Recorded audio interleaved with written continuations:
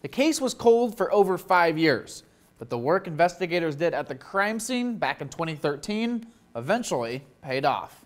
About 5 years after 42-year-old Amiee Kearns was shot and killed in a Ralston apartment, police reached a dead end. Kind of just went dead for a while and until this phone call came up. Ralston Police Chief Mark Leonardo says they were told of a possible DNA match. It came from 27-year-old Ricardo Escobedo, who's already in an Iowa prison on a meth conviction. It then took investigators about 3 months to get a warrant for Escobedo's DNA, test it in a crime lab, and match it to a blood sample found at the crime scene. So that's the power of DNA evidence. It's the power of staying with a case, of preserving the evidence, of never letting up or never giving up on a case, and all the follow-up that was done by the Ralston Police Department. Escobedo is accused of first-degree murder of Amiee Kearns. Ralston police said at the time they believe Kearns was killed in a drug dispute.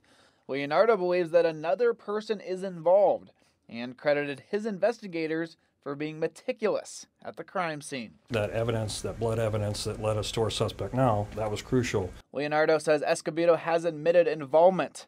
Klein hopes he'll be extradited to Douglas County in the next few weeks. We have the opportunity to take him back here, try him, then he'll have to finish his time in Iowa at some point in time, or there'll be an agreement between the states as to what will happen in that regard. Now, Chief Leonardo says that he tried to get a hold of the victim's family today so they could get a bit of closure, but he was unable to reach them as of this morning. In the studio, John Kipper, 3 News Now.